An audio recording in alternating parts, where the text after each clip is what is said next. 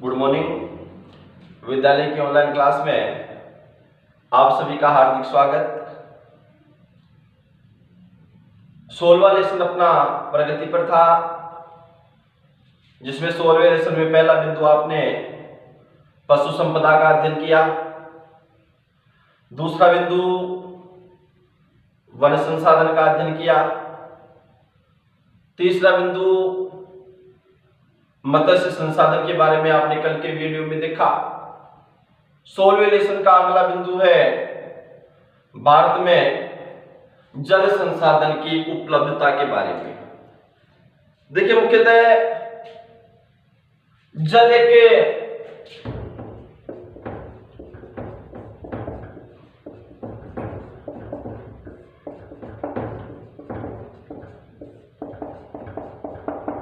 जल एक चक्रीय संसाधन है जो हमारी पृथ्वी के लगभग 71% भाग पर स्थित है।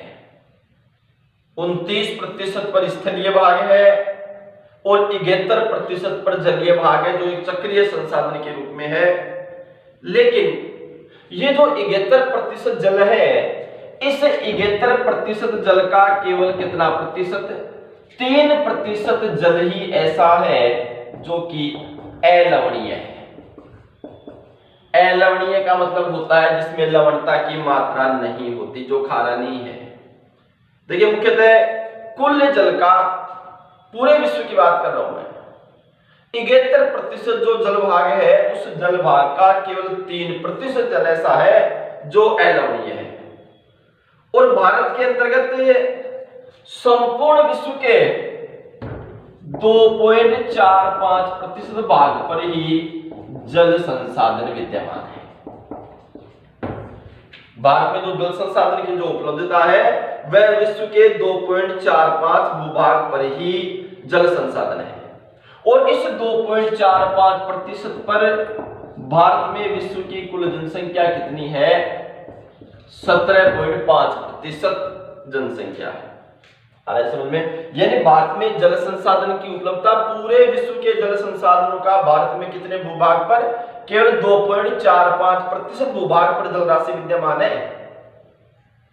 और उस जल राशि पर संपूर्ण विश्व की कितनी जनसंख्या निर्भर है? 17.5% जनसंख्या निर्भर है। देखिए, मुख्यतः अपने भारत के अंतर्गत 2 प्रकार के जल स्रोत विद्यमान है। 2 प्रकार के। एक तो है कौन सा? धरातलीय जल संसाधन, और एक है कौन सा? भूमिगत जल संसाधन।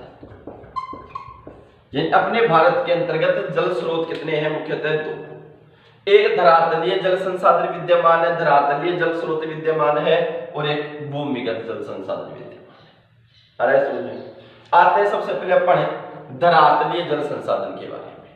बिल्कुल सिंपल बिंदु है, केवल थोड़ा सा आपको ध्यान देना है। जल संसाधन के बारे में अपन शुरू से पढ़ते आ रहे हैं। धरातलीय जल संसाधन होता क्या है, कहीं किसे?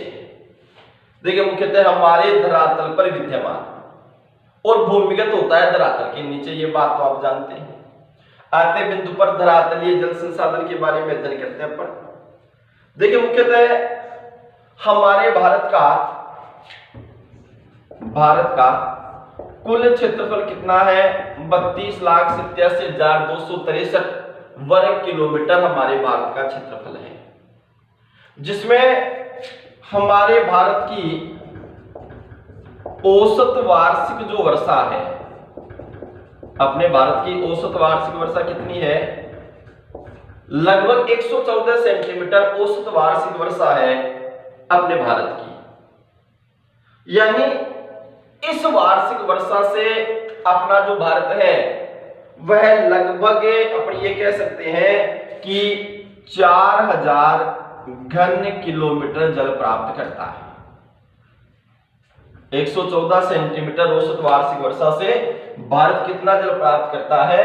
4000 घन किलोमीटर जल भारत प्राप्त करता है, जिसमें से इस 4000 में से धरातलीय जो जल है वो 1869 घन किलोमीटर जल है। ध्यान दीजिएगा कि अपने भारत का क्षेत्रफल है कितना, 32,87,263 वर्ग किलोमीटर। अरे समझ में। और यहाँ की औसत वार्षिक वर्षा कितनी है, 114 सेंटीमीटर।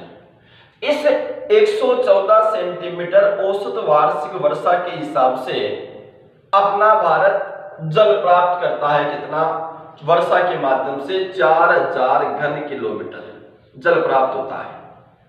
इसमें से 1869 जो घन किलोमीटर जल है वो धरातलीय जल के रूप में, यानी नदी है, झील है, तालाब है, इनके रूप में यहां पर विद्यमान है।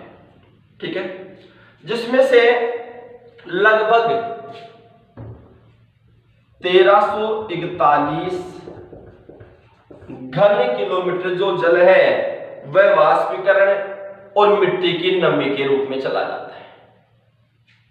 1869 घन किलोमीटर जो जल है वो तो नदी, झील, तालाब इनके अंतर्गत। 1341 घन किलोमीटर जल का वाष्पीकरण हो जाता है, मिट्टी की जो नमी वगैरह है उसमें चला जाता है। और 790 घन किलोमीटर जो जल है वो धरातल के द्वारा क्या कर लिया जाता है, सोख लिया जाता है। धरातल के द्वारा सोख लिया जाता है कितना, लगभग 790 घन किलोमीटर जल। अब वर्षा के द्वारा जो नदी, झील, तालाब आदि से जो प्राप्त जल है वो धरातलीय जल है। यानी भारत में 690 घन किलोमीटर नदियों का जल है वो सिंचाई के काम आता है। कितना, 690 घन किलोमीटर जल। आ रहा है समझ में। अब देखो, फिर से देखो एक बार कि अपने भारत में जल संसाधन की स्थिति क्या है। देखो, भारत का क्षेत्रफल है 32,87,263 वर्ग किलोमीटर। भारत की औसत वार्षिक वर्षा है 114 सेंटीमीटर। 114 सेंटीमीटर के हिसाब से भारत को जल प्राप्त होता है 4000 घन किलोमीटर।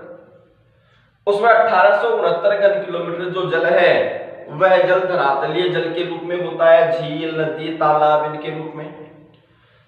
1341 जो घन किलोमीटर जल है वो वाष्पीकरण या मिट्टी के द्वारा, इनकी नमी के द्वारा इनके अंतर्गत चला जाता है। 790 घन किलोमीटर जल है वो भूमि के द्वारा सोख लिया जाता है। 690 घन किलोमीटर जो जल है वो नदियों का जल है वो सिंचाई के रूप में काम में ले लिया जाता है। ये अपने भारत के अंतर्गत जल का एक ग्राफ है जल के उपयोग का। अब देखिए, धरातलीय जल का जो उपयोग है,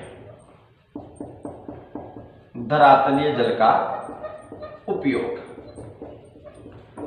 इस धरातलीय जल के उपयोग में सर्वाधिक जो उपयोग होता है वो किसमें होता है, कृषि कार्य। देखो, जल का उपयोग एक तो होता है किसमें, कृषि कार्य में, एक होता है किसमें, औद्योगिक कार्य में, और एक होता है किसमें, घरेलू कार्यों में। ये जल का उपयोग है। तो जो धरातलीय जल है, इस धरातलीय जल में 89% जो जल है, कितना, 89% जो जल है वो तो कृषि में, 9% जल काम में लिया जाता है किसमें, औद्योगिक कार्य में, और 2% जल है वो काम में लिया जाता है किसमें, घरेलू कार्य में। ये धरातलीय जल का अपने भारत में उपयोग है। भारत में जो कुल धरातलीय उपयोग है उसका 89% भाग तो किसमें काम में ले लिया जाता है, कृषि कार्यों में। 9% जो जल राशि है वो औद्योगिक कार्यों में काम में ली जाती है, और 2% जो जल राशि है वो घरेलू कार्यों के अंतर्गत काम में ली जाती है। आ रहा है समझ में। अब देखो, मुख्यतः भारत की जो तटरेखा है, मानते हैं अपन विशाल है, कटी-फटी है, जिसके कारण से भारत के 3 राज्य, महत्वपूर्ण प्रश्न है, केरल, उड़ीसा और पश्चिम बंगाल। 3 राज्य कौन से, केरल, उड़ीसा और पश्चिम बंगाल। इनमें क्या है, लेगून झीलें बनाई जाती है। लेगून झील क्या होता है वो आगे देखेंगे। पश्च जल होता है ये लेगून झील। कौन सा जल होता है, पश्च जल। इसके बारे में आगे चर्चा करेंगे अपन। जिसका उपयोग मत्स्य पालन में नारियल व चावल की कुछ किस्मों की सिंचाई के लिए किया जाता है। कम से कम 5 या 7 बार प्रश्न आया हुआ है। लेगून या पश्च जल के कोई 2 उपयोग लिखिए। लेगून या पश्च जल के कोई 2 उपयोग लिखिए। कई बार आया हुआ प्रश्न है। तो कौन कौन से हुए? मत्स्य पालन में, नारियल की किस्म के उत्पादन में, चावल की किस्म के उत्पादन में। कहां पर? केरल, उड़ीसा और पश्चिम बंगाल। फिर से देखो कि धरातलीय जल के उपयोग की बात करें तो भारत में जो धरातलीय जल की स्थिति है उसमें कृषि संबंधी जो कार्य होता है उसमें कुल धरातलीय जल का 89% काम में लिया जाता है। औद्योगिक कार्यों के अंतर्गत 9% जल काम में लिया जाता है धरातलीय जल, और घरेलू कार्यों के अंतर्गत 2%। कोई दिक्कत? केरल, उड़ीसा और पश्चिम बंगाल, इनमें लेगून जल यानी पश्च जल, क्योंकि भारत की रेखा विशाल, तटरेखा विशाल है, कटिफटी है, तो केरल, उड़ीसा और पश्चिम बंगाल के अंतर्गत लेगून या जो पश्च जल है उसका उपयोग किया जाता है। किस किस कार्य में? मत्स्य पालन, नारियल और चावल की कुछ किस्मों के उत्पादन में। कोई दिक्कत? ये धरातलीय जल संसाधन। दूसरा है भूमिगत जल संसाधन की बात करें। देखिए, तो अभी आपको मैंने बताया भारत को भूमिगत जल संसाधन की बात करें, वर्षा से प्राप्त हुआ जल कितना? अभी बताया था मैंने पहले भी आपको कि 4000 घन किलोमीटर जल भारत को वर्षा से प्राप्त हुआ है, जिसमें भूमिगत जल, ये देखो ये रहा कितना, 790 घन किलोमीटर जल भूमि के द्वारा क्या कर लिया जाता है? सोख लिया जाता है, जिसमें ऊपरी सतह पर जल बहुत कम पहुंचता है। केवल अपन ये कह सकते हैं कि आर्थिक उपयोग केवल 200-250 घन किलोमीटर जल का ही हो पाता है। ठीक है? सिंचाई के लिए, घरेलू कार्यों के लिए, औद्योगिक कार्यों के लिए जो धरातलीय जल की बात करें अपन, तो उसके भूमिगत जल की बात करें अपन, भूमिगत जल तो 92%। धरातलीय जल का कृषि कार्य में उपयोग 89% जल का, और भूमिगत जल का 12% का उपयोग किया जाता है किसमें? कृषि कार्य में। ठीक है? औद्योगिक कार्यों में धरातलीय जल कितना? 9%, और भूमिगत जल कितना काम में लिया जाता है? 5%। घरेलू कार्यों में धरातलीय जल कितना? 2%, और भूमिगत जल कितना? 3%। अब देख लो, सब ज्यादा चाहे वो धरातलीय जल हो चाहे भूमिगत जल हो, सब ज्यादा किसमें काम में लिया जा रहा है? कृषि कार्य में। अरे समझो, यानी धरातलीय जल के उपयोग की बात करें या भूमिगत जल के उपयोग की, कृषि कार्य में सर्वाधिक है। कोई दिक्कत? बात समझ में आ गई होगी आपको कि भारत में जो जल संसाधन की स्थिति है वह किसके लिए जल की उपलब्धता अधिक चाहिए? कृषि के लिए। चाहे वो धरातलीय जल संसाधन की बात करें अपन, चाहे वो भूमिगत जल संसाधन की बात करें, दोनों के अंतर्गत प्रतिशत आप मिला लो। धरातलीय उपयोग, धरातलीय जल का 89% कृषि कार्य में, और भूमिगत जल का 92% कृषि कार्य में। धरातलीय जल का 9% औद्योगिक कार्यों में, 5% भूमिगत जल का औद्योगिक कार्यों में। घरेलू कार्यों में तो केवल घरेलू कार्यों में तो धरातलीय जल का केवल 2% और भूमिगत जल का 3% ही काम में लिया जाता है।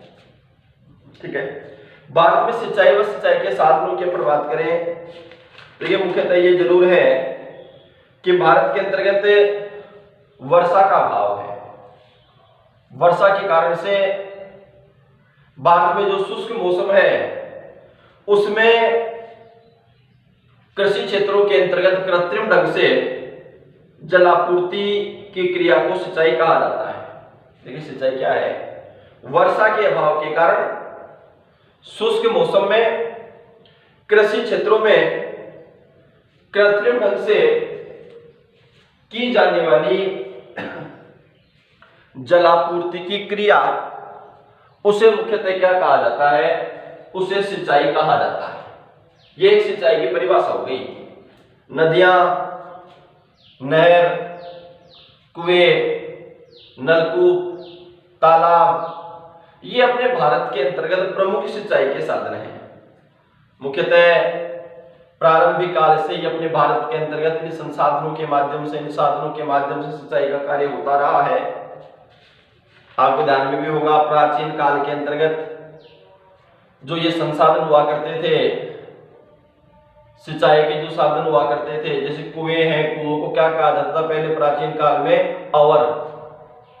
तो प्राचीन काल से हम ये कह सकते हैं कि इस प्रकार का जो सिंचाई का जो सिस्टम है वो अपने भारत के अंतर्गत चला है। तो ये अपने भारत के अंतर्गत जल संसाधन की स्थिति के बारे में। अब आगे ध्यान दीजिएगा,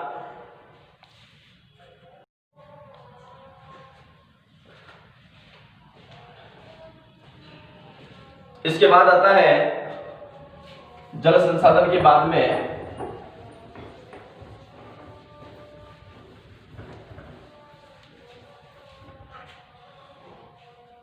भारत में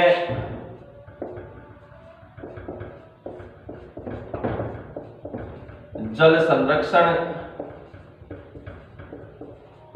और प्रबंधन के बारे में।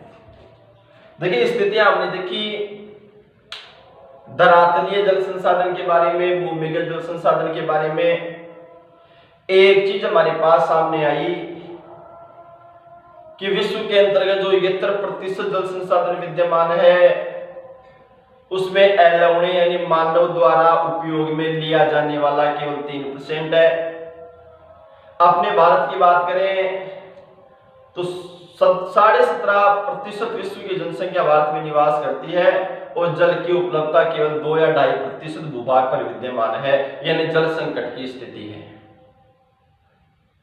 दूसरी बात, धरातलीय जल संसाधन की या भूमिगत जल संसाधन की अपन बात करें, उसमें भी एक बात हमारे सामने आई कि कुल जल संसाधन का अपने भारत में अधिकतम भाग कृषि कार्य में चला जाता है।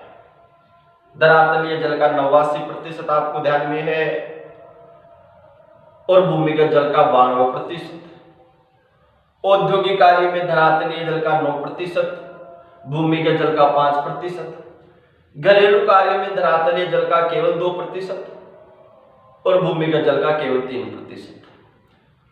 कुल मिलाकर एक जल संकट की स्थिति है। उससे बचने के लिए हमें आवश्यकता है किसकी? जल संरक्षण और प्रबंधन की।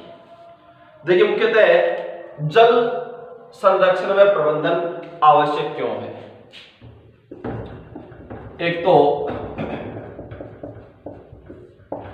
अपने भारत के अंतर्गत विशेष समस्या है जनसंख्या की अधिकता। नंबर 2, जल की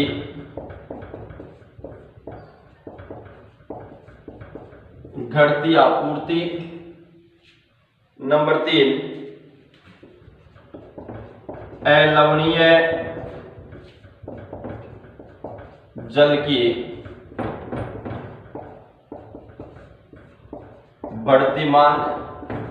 ये जो सारी बातें हैं ये हमें जल संरक्षण व प्रबंधन की ओर ले जाती हैं। भारत में जनसंख्या की अधिकता निरंतर प्रतिवर्ष 1 करोड़ 90 लाख जनसंख्या का बढ़ना वर्ष 2001 से 11 के दशक में आपको पता है। तो ये जनसंख्या की तीव्र वृद्धि, जनसंख्या की वृद्धि होगी तो निश्चित रूप से चाहे वो कृषि कार्य हो, चाहे औद्योगिक कार्य हो, चाहे वो घरेलू कार्य हो, प्रत्येक में जल की मांग बढ़ेगी। जनसंख्या अधिक होगी, जल की मांग बढ़ेगी तो निश्चित रूप से जल की जो आपूर्ति होगी वो क्या हो जाएगी? कम हो जाएगी। पेयजल के रूप में घरेलू कार्यों के अंतर्गत अलवणीय जल की उपलब्धता या अलवणीय जल की उपयोगिता अधिक होती है तो अलवणीय जल की मांग बढ़ेगी। ये सारी बातें हमें जल संरक्षण और प्रबंधन को आवश्यक बनाती हैं। जल की बचत, जल प्रदूषण से बचाव, जल संभर विकास, वर्षा जल का संग्रहण, जल का पुनर्चक्रण, जल का पुनः उपयोग, सिंचाई की नवीनतम पद्धतियां, कम जल वाली फसलों का उत्पादन, जल का संयुक्त उपयोग, अनेक कारक ऐसे हैं जो जल संरक्षण व प्रबंधन के लिए आवश्यक है। क्योंकि यदि जल संरक्षण व जल प्रबंधन के विषय में नहीं सोचा गया तो निश्चित रूप से भारत के अंतर्गत जल संकट की स्थिति ये अधिकतम बढ़ती जाएगी, गहरी होती जाएगी। क्योंकि जल संरक्षण या जल का प्रबंधन एक आवश्यक है। भारत की अधिकतम जनसंख्या आपको पता है कृषि कार्यों में संलग्न है, प्राथमिक व्यवसायों में संलग्न है। कृषि कार्य में जल की मांग की स्थिति आपको पता है, आपने पहले पढ़ा है। कुल जल राशि का लगभग अधिकांश भाग या लगभग 90% भाग, चाहे वो धरातलीय जल हो, चाहे वो भूमिगत जल हो, 90% भाग कृषि कार्य में लग रहा है। तो निश्चित रूप से जल संरक्षण करना होगा। देखिए, मुख्यतः सबसे अच्छा जल संरक्षण के लिए एक तो वर्षा जल का जो संग्रहण है वो अति आवश्यक है। अपने राजस्थान के अंतर्गत भी, विशेषकर पश्चिमी राजस्थान के अंतर्गत हमें देखने को मिलता है, वहां प्रत्येक घर के अंतर्गत टांका बनाया जाता है। वर्षा जल संग्रहण का कार्य किया जाता है। कृषि कार्य हेतु जल को काम में लिया जाता है। वर्षा जल के संग्रहण को घरेलू पेयजल के रूप में भी वर्षा जल का संग्रहण किया जाता है। 1 वर्ष तक भी टांकों में जो एकत्रित किया हुआ जो वर्षा जल है उसे काम में लिया जाता है। ये जल संरक्षण का एक बहुत अच्छा उपाय है। दूसरी बात, हनुमानगढ़, गंगानगर आदि अपने राजस्थान के जो जिले हैं उन जिलों के अंतर्गत एक इंदिरा गांधी नहर आ रही है, ध्यान में भी होगा आपको। इंदिरा गांधी नहर का जो पानी है वो उनके कृषि क्षेत्रों के अंतर्गत सिंचाई हेतु काम में लिया जाता है। उस पानी का वो लोग वेस्टेज बहुत अधिक करते हैं। खुली सिंचाई विधि है, अधिकतम जल अपने कृषि क्षेत्रों के अंतर्गत वो प्रवाहित करते हैं, जिससे जल का अपव्यय होता है। मुख्यतः सिंचाई की अनेक विधियां हैं जिनको यदि काम में लिया जाए तो निश्चित रूप से जल का संरक्षण भी होगा, फसल का उत्पादन भी होगा। बूंद बूंद सिंचाई विधि, मटका सिंचाई विधि और भी अनेक प्रकार की ऐसी सिंचाई विधियां हैं जिनके माध्यम से यदि सिंचाई का कार्य कृषि क्षेत्रों में किया जाए तो आवश्यक उत्पादन के साथ साथ या अनुकूलतम उत्पादन के साथ साथ जल संग्रहण का जो कार्य है वो जल संग्रहण का कार्य भी, या जल संरक्षण का जो कार्य है वो जल संरक्षण का कार्य भी निश्चित रूप से होगा। एक कम जल वाली फसलों का उत्पादन किया जाए। किसी क्षेत्र में, जैसे अपना राजस्थान है, अपने राजस्थान में औसत वार्षिक वर्षा भारत की तो 114 सेंटीमीटर है, राजस्थान की 57.5 सेंटीमीटर औसत वार्षिक वर्षा है। यदि अपन राजस्थान में 150 सेंटीमीटर औसत वार्षिक वर्षा वाली फसल का उत्पादन करेंगे तो सिंचाई की आवश्यकता तो पड़ेगी। बाजरे का उत्पादन अपने राजस्थान में होता है, सिंचाई की आवश्यकता बहुत कम पड़ती है क्योंकि अनुकूलतम जलापूर्ति वाली, अनुकूलतम या कम जलापूर्ति वाली फसल है। तो ऐसी फसलों को कृषि क्षेत्रों के अंतर्गत उत्पादित किया जाए जिसमें कम जल में या कम सिंचाई के अंतर्गत फसलों का विकास अधिक हो, तो भी जल संरक्षण किया जा सकता है। जल का पुनर्चक्रण करना, क्योंकि जल एक चक्रीय संसाधन है। एक बार काम में लेने के बाद जल को परिशोधित करके, परिष्कृत करके उसे पुनः काम में लिया जा सकता है। तो यह भी एक जल संसाधन के लिए अति आवश्यक तत्व है, महत्वपूर्ण तत्व है। इन सब बातों का कृषक समुदाय के साथ साथ यदि सभी भारतीय इस ओर जल संरक्षण की ओर, जल प्रबंधन की ओर ध्यान देंगे तो निश्चित रूप से जल का संरक्षण हो पाएगा। ये बिंदु आज का जल संरक्षण और प्रबंधन कंप्लीट। कल अपन देखेंगे खनिज संसाधन के बारे में। 16वां लेसन अपना चल रहा है, जिसके अंतर्गत 16वें लेसन में 4 बिंदु आपको बता दिए गए हैं। पहला बिंदु पशु संपदा के बारे में, दूसरा वन संसाधन के बारे में, तीसरा मत्स्य संसाधन के बारे में और चौथा बिंदु भारत में जल संसाधन की उपलब्धता के बारे में। नोट्स वगैरह आपने कंप्लीट कर लिए होंगे जहां तक भेज दिए गए, और साथ के साथ ये तैयारी भी आप करते रहें। कल अपन देखेंगे बिंदु खनिज संसाधन के बारे में। धन्यवाद। शेष कल।